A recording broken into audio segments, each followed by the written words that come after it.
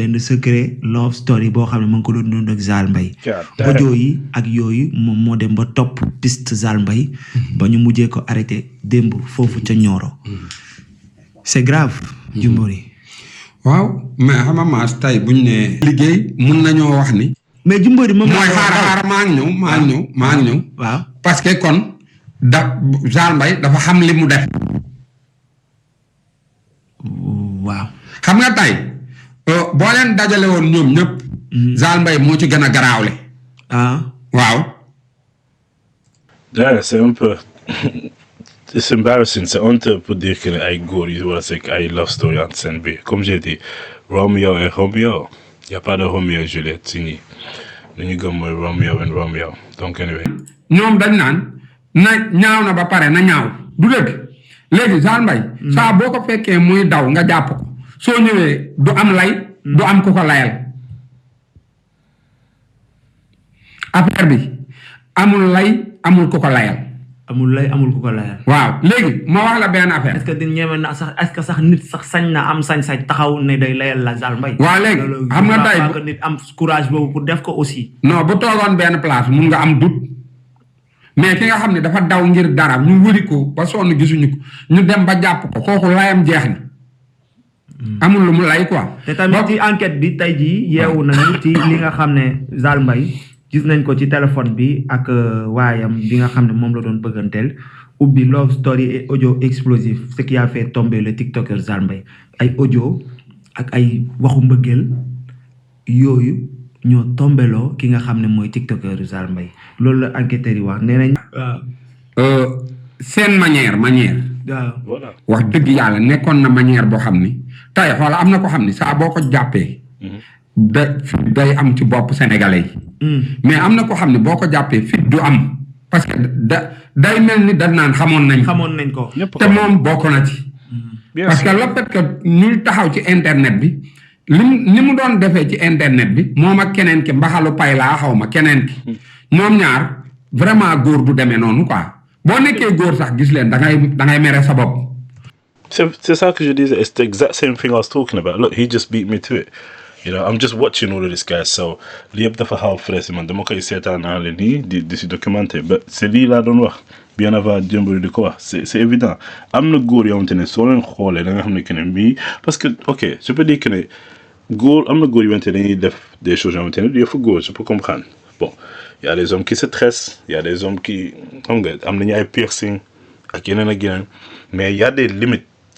yoo xamante ne bon am na soo si commencé bool yi ay maniérisme ay personnel ay yenn waxin yi même góor yi di fecc am na góor xamante ne ni ñuy feccee sax am like god damn c'est un peu c'est soupçon xam nga ak yeneen donc am na yoo xamante ne góor su ko defee rek ku nekk war na la xoolaat te suñ la xoolaatee tamit ils ont plein de droit pour soupçonner que ne est-ce que yow doo góor jigéen suñ la ko limalee tamit bu leen blâmer surtout maa ngay def yenn yi muy fës mais bon 2026 yaa parce que da nga naan lu tax ñuy nekk góor ba pare di waxee nii mbaa ñuy def nii parce que góor est-ce que xam nga jigéen du gaawul pour mu mere moroomu jigéenam déedéet mais góor moo gën a gaaw ci mere moroomu góoram xam nga merum góor fan la mën a jëlee carrément mu gis la ngay jigéen day mer si saa si parce que moom dafay jàpp ni yow boppam nga jël di ci foo ñun dañoo jàpp ni góor jigéen yi dañoo jël suñu bopp ñun góor di ci foo léegi nag gisoo fu ñu toll ni xeex bi daanaka xeexu góor ñi la jigéen bu ci dugg di xeex bariwul lu dëgg loo bokk ak say moroom nag nga dañoo woon nit ñi xam nga tey ñu wut ci solution waaw solution moo tax ñuy convoqué ñenn ñi aussi tamit pour dimbale askanu suñu gaal ngir ñu mun a mucc ci feebar bi nga xam ne mooy waa kay non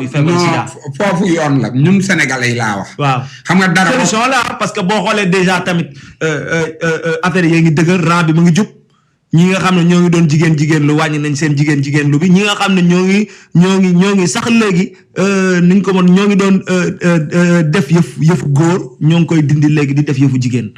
daanaka lii nga xam ne daal moom mooy wàllum góor jigéen ñu bëri léegi ñemeetuñ ci affiché. waa xam nga yàlla dafa yónni woon malaaka yi ci nitu yonent yàlla Lóot yi du noonu jabaru yonent yàlla Lóot dem di informer góor jigéen yi naan leen ganu Lóot yi ñëw nañ pour sànq leen wut leen foo leen daw Waaw. du dëgg Waaw. mais defe naa ni gendarme yi tamit yàlla moo leen yónni ci Sénégal pour ñu lijjanti góor jigéen yi te ñoom ñu ngi ci mais dama lay wax ne la Zal Mbaye si boppam Zal Mbaye du dëgg fréquentation ak gestam ak manière am waaw wax dëgg yàlla dakaa tuumaal bu yàgg tuumal na ko de waaw way Yes, sir. parce que déjà du wax bu jub du dox bu normal yaa ngi dégg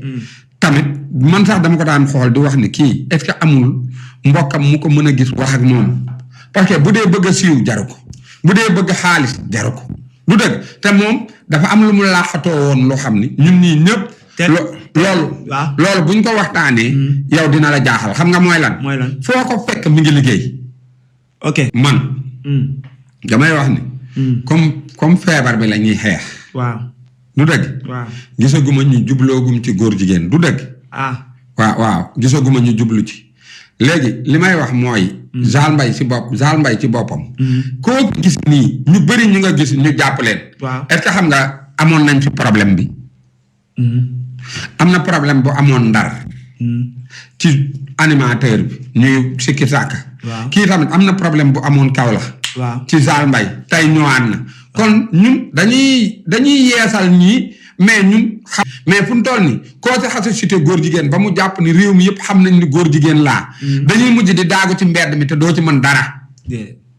dara nga ci doon moom xeex bi laa wax normal na de mais dafa am loo xam ne noonu lañ ko waroon xeexee pour éviter ñii bu ñu jógee prison après fan la ñuy nekk bu ñu jógee prison voilà dañuy dox seen dox dañuy bokk par force. Bon, je pense que c'est sama beneen vidéo bi li la expliqué tey jii nii bon suñu ñëpp tëddee seen peine ba pare suñu génnee après loolu leen def mënoo leen def dara because they've served their time suñu xasee ba tëdd lu ñu war a tëdd ba génn 5 ans 10 ans quoi que ce soit après bon li ñuy def bokkaat société man je peux dire que ne lu si ëpp soo moytu dañuy voyager dañuy immigrer à l'extérieur and they're gonna say look hate crime or whatever it is xaw ma lu ñuy wax mais dinañu wut raison bu nekk tey jii nii ñëpp dinañu am ay visa facilement pour génn Sénégal parce que dinañu xam ne que ne Sénégal góor jigéen doxul foofu donc tey jii nii soo demandé visa France ou bien États-Unis dañ lay nangul facilement parce qu'ils vont se dire que ne bon tu es en danger soo nekkee sa dëkk donc ñi pour ñu génn Sénégal ça sera tellement facile déjà comme ni Pape Cheikh moo un peu voyager partout mais lu ma bëgg a wax mooy y aura d'autres même pas des célèbres y aura d'autres hommes yoo xamante ne ay homosexuels yoo xamante ne suñu tëddee ba pare vite fait lañ ñuy génn Sénégal dem seen te man lu may ragal mooy suñu génnee Sénégal gis ngeen kii lu mu sol nii taxaw nii dañuy dem di def seen live à l'extérieur di influencer yenn xale yu góor yi te tey jii am na góor yu bëri yoo te dañu ñàkk fayda pourquoi because Sénégal métti na and it's a poor country yeah right let's get this right it's a very poor country pauvreté boobu noonu dina dugal ñu bëri suñu war a dugg money is the root to all evil I say no money is not the root to all evil but money can be xaalis dina def loo nit lu mu warut a def comprends donc tey jii nii li nga gis góor tey jii nii soo xoolee te how many guys ñett nit ñooy dugg si ay gaal góor pour tukki immigré du ñëpp nag mais ñu koy def au plupart xaalis moo tax jàppale seen famille mais suñu giseen beneen yoon bu gën a yomb loolu peut-être tëdd ak góor nga dem nekk ak benn célèbre mu jox la benn 500,000 1 million wala promettre la que ne dina la lijjanti visa pour nga génn dëkk bi am na ñoo te ne bon seen dignité may na leen ko. xam nga am na ñoo xamante ne they have no value amuñu benn valeur am na góor yoo xamante ne amuñu valeur góor ak jigéen jaral na leen tey jii nii ñu dem nekk ak beneen góor mu jox leen xaalis après ça mais ñii je parle à ñi nga xamante ne comme ñii ñu jàpp nii les homosexuels actuels ñi nga xamante ne dañ jàpp suñu demee ba génn tëdd seen peine mën nañu génn facilement dem beneen pays après ce qu'ils vont faire ils vont influencer d'autres dinañ toog si seen réseaux sociaux dinañu wax lu leen neex dinañu casse seen droit et loolu mën na influencer beneen génération et c'est ça le problème donc man waruñu sax génn selon mon avis mais du man maay juger du man maay loi mais si man génn bi day yomb wala suñu tëddee tamit dañu war a tëdd lu yàgg parce que déjà dañu am virus bu nekkoon si ñoom HIV positive déjà loolu rek crime la nga yor virus bu nekk si yow nga koy kii homosexualité je peux dire que ne côté boobu d'accord je suis pas d'accord mais mun naa ne loolu sa vie personnelle sa vie privée la yaa xam mais côté hypocrisie bi laa siy wax man toog si ay plateforme encore une fois and you're claiming to be religious but you really ain't. You're claiming to be religious but you're far from it. You're talking about religion like you're holy but you're not. Come on, c'est sale. loo xam ne ñun bàyyiwuñ si xel. waaw gis nga genn wàllu dëkk bi. dañoo soppeeku te ñun yëguñu ko. am na luy ndróog nit chaque jour may émission fii ne la maas am na luy ndróog. I'm against that. Jimbo, so far he's right. Lu mu wax yëpp dëgg la mais mu ne xaw ma ñu ko waxee si olof ñu like kii soppi mais xamuñu ko xam nañ ko mais c'était devant nous, c'était devant tout le monde. D'ailleurs une célèbre bu mag a mag depuis des années si ginnaaw je pense que ne am na benn pas bu si moom sama wax je pense que ne il fait partie du Jamra je sais pas. He attended a concert because moom dafa dem si benn concert wante ne c'était pour les LGBTQ whatever ABCD whatever I call them the alphabet boys ABCD boys. Naka nga mën a dem si concert bu mel nii noonu loo fay wut nga jóge foofu ñëw Sénégal di takk say chaînes yu bëri chaîne dara nekk si man j'aime bien les chaînes mais bon nga sol tubéy boo xamante ne dafa am flares attanaa ci say flares tubéy bu yaatu te saagu jigéen nga taxaw sur chaîne di woy say woy am na ñu doon dute di naan lii yëfu góor jigéen la suñu bon ñi nekk si entourage mi si dis que ne non xamoo leen luy fashion xamoo leen li Sénégalais xamuñu luy fashion yow chill people hell yeah we know what fashion is let me tell y'all something I know what fashion is and there's also gay fashion mooy la am na fashion wante ne góor jigéen yi ñoo koy sole xam nga bu leen xalaat ay Versace ay Gucci ay yenn design yu bëri góor jigéen yi ñoo koy gën a pousse because seen affaire la léegi am na yenn design yu ñuy def yoo xamante ne yenn style yu ñuy def yooyu c'est uniquement pour les homosexuels mais tey jii nii saag yi am na saag yoo xamante ne pour góor la mais am na saag yoo xamante ne c'est unisexe am na saag yoo xamante ne c'est pour les femmes mais soo téyee saagu jigéen sur chaîne ñëpp a gis ko y a pas une raison de doute suñu neexee ñu ne góor jigéen nga parce que yaa ngi def yëfu jigéen yaa ngi def des choses qui xamante ne c'est féminin.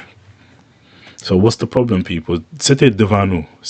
Les signes sont toujours là. Signes yaa ngi woon fii dès au début. Look, guys, I'm gonna speak a bit of English because anglais bi laa gën a maîtriser. Donc, the signs are here. It's in front of all of us. We've been seeing the signs. So when you're doing things that are very female-like,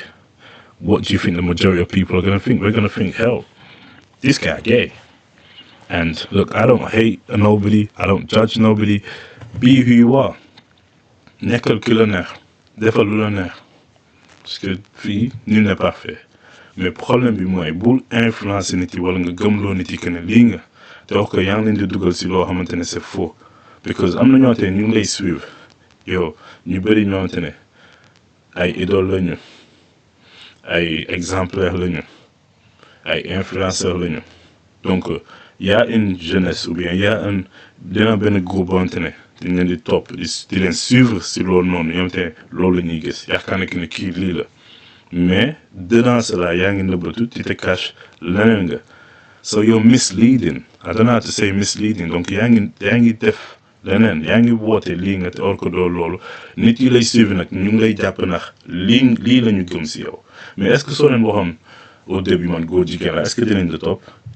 est-ce que dinañ la bëgg à ce point so that's what I'm saying bul gëm loo nit yi que ne lii nga taw yaa ngi leneen anyway guys let's go yeah. nit tëddu nit ñu nga fu mu toll ni am na luy nduróog góor tëddu góor nga teg ko góor waaw mais jàppal tamit ni am na luy nduróog jigéen nga teg ko jigéen tëddu jigéen ñu ngi ci biir réew mi dëgg la parce que tey buñ nee nañ xeex góor jigéen wala nañ xeex lesbienne du dëgg ba pare yow nga am ñoo xam ne seen doxali nduróog lesbienne li muy doxee am ñoo xam ne seen doxali nduróog góor jigéen li muy doxee génnoo wax ko mënoo génn dénoncé ko te kooku chaque jour yaa ngi toog ak moom ban xeex nga bëggati kenn xamul ban xeex léeg-léeg sénégalais doo xam ban xeex la ñuy xeex de xamuñu ko ban xeex doo ko xam de parce que ku xam ne doxalinam boo ko nattee doxalinu lesbienne la waaw am na ko xam ne doxalinam boo ko nattee doxalinu góor jigéen la nga wàcc ko fa di wër kan moo yëm ñëpp parce que ñimewoo leen a tut ndax lan am luñ lay defal wala boo leen kiyee ñu yóbbu la tëj laag yooyu kon loolu dafay naqaree xeex dëgg la vraiment day naqaree xeex trop dëgg la ñu ñëw ci kaaw ki nga xam ne mooy